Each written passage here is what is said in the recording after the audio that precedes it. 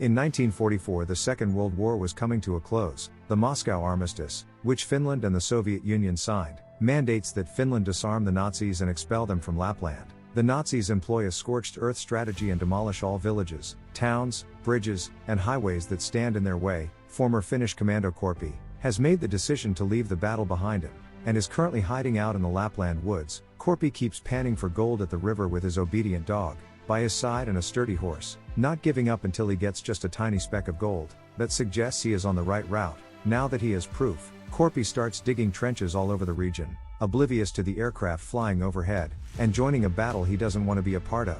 He spends days digging useless holes, before he eventually discovers a legitimate gold discovery and breaks down in tears. He spends the entire night watching to make sure he is not robbed, as he divides the sizable deposit into a sizable number of nuggets, and hides them in his tent. The dog follows Korpi as he mounts his horse the following morning. After placing all of the riches in a bag, Korpi comes upon a squad of Nazi soldiers being led by General Bruno. A few hours later, they are accompanied by a potentially lethal tank, and a vehicle full of abducted ladies, which Soldier Wolf keeps abusing. While passing a peek to Bruno and generally ignoring everyone, Korpi just keeps riding. Bruno forbids Wolf from shooting the man, and claims that he is already heading to his demise. Korpi continues to descend as he travels. He starts to come across all the Nazis' dead bodies, but he is unperturbed. He eventually encounters a truck with 4 more soldiers, who command him to dismount. When they examine the bags and discover the gold, believing they can keep it, Korpi starts planning ahead and orders his dog to flee. Fortunately, the poor puppy immediately jumps out of the way. When one of the soldiers tries to shoot it, the soldier then calls Korpi grandpa and tries to shoot him as well. But Korpi grabs his knife and quickly stabs the man in the head to end his life. The other troops attempt to fight him in retaliation, but Korpi advances swiftly, engages them in hand-to-hand combat, stabbing them with his knife, and uses their corpses as shields when someone tries to shoot him. When the remaining soldier tries to attack him from behind, Korpi bends his arm and murders him with his own gun. He first knocks one soldier up with a helmet. When Bruno and the others return to investigate, after hearing gunfire, they discover Korpi has vanished, and the massacre has already taken place. Bruno determines they should pursue Korpi after discovering a gold nugget the soldier had stowed away in his pocket. When checking one of the dead, a short while later, the Nazis come upon Korpi on the road, and the tank starts firing at him. After skillfully dodging every shot and speeding up his horse, Korpi unintentionally enters a minefield. Bruno laughs because he believes he has an easy victory, as he instructs his troops to put out the fire, and waits till Korpi steps on a mine. Korpi is hurt but still alive since the horse took the brunt of the explosion.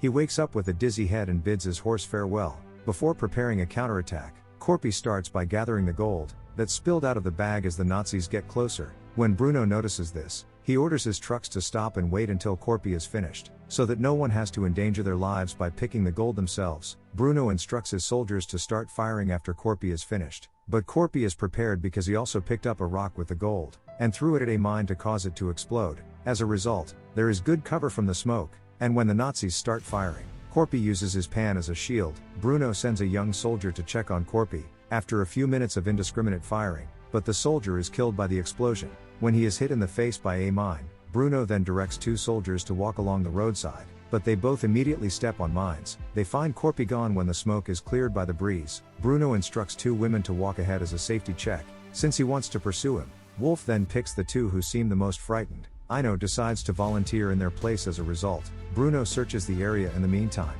and discovers Korpi's dog tag. The 2 women are later caught up in front of the cars. While the gang continues to go forward, Bruno uses the radio on the tank to inquire about Korpi, and receives some disturbing information. Their superiors advise them to stop pursuing him, and that they are fortunate they are still alive. In fact, nobody wants to tangle with Korpi, since he was the most feared commando in Finnish history.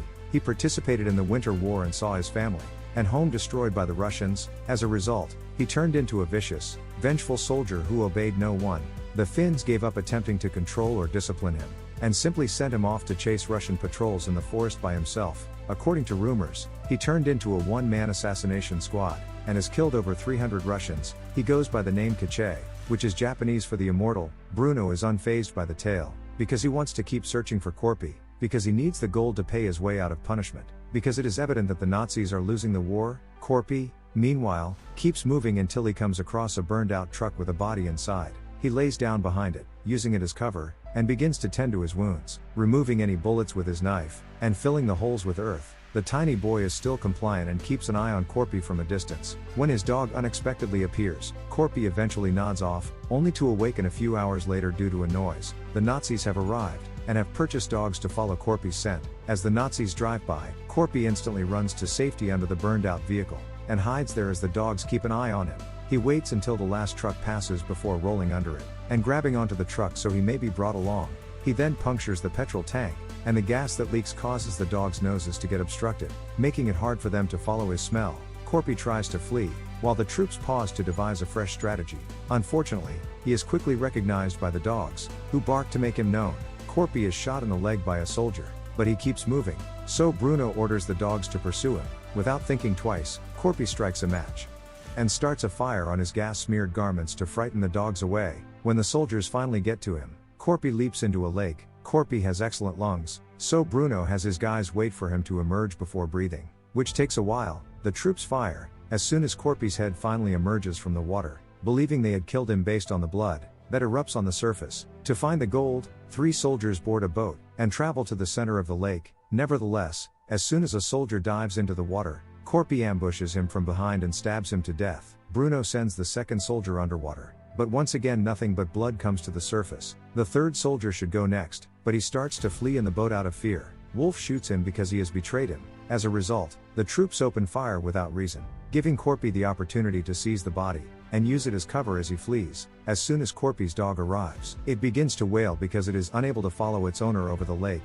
but Bruno already has his next move thought out. Korpi finally arrives at the closest town after hours of traveling, but he is heartbroken to see that it is on fire against the night sky. He decides to take a break inside a demolished petrol station, since he is too exhausted to continue and struggles to sleep, while dealing with the pain in his leg, which causes him to have flashbacks about the day he lost his family. Unfortunately, as soon as he does manage to go asleep, some barking wakes him up.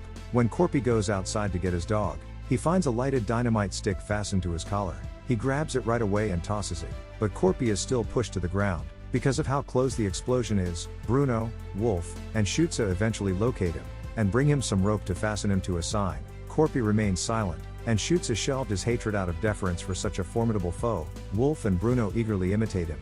Bruno makes fun of him by dropping a nugget in Korpi's pocket for his troubles. Before they go with the bag of gold, after they go, Korpi persists in his stubborn ways, and pushes his wounded leg onto a second nail, in addition to standing on a nail on the sign to support himself. Although it hurts, it keeps him awake the entire night, while his dog waits next to him. The sign bends and drops Korpi to the ground, when a plane arrives close to the station in the morning. Due to the shaking it generates, when 2 pilots leave the cockpit in search of gas, one of them spots Korpi and the dog, which won't stop barking.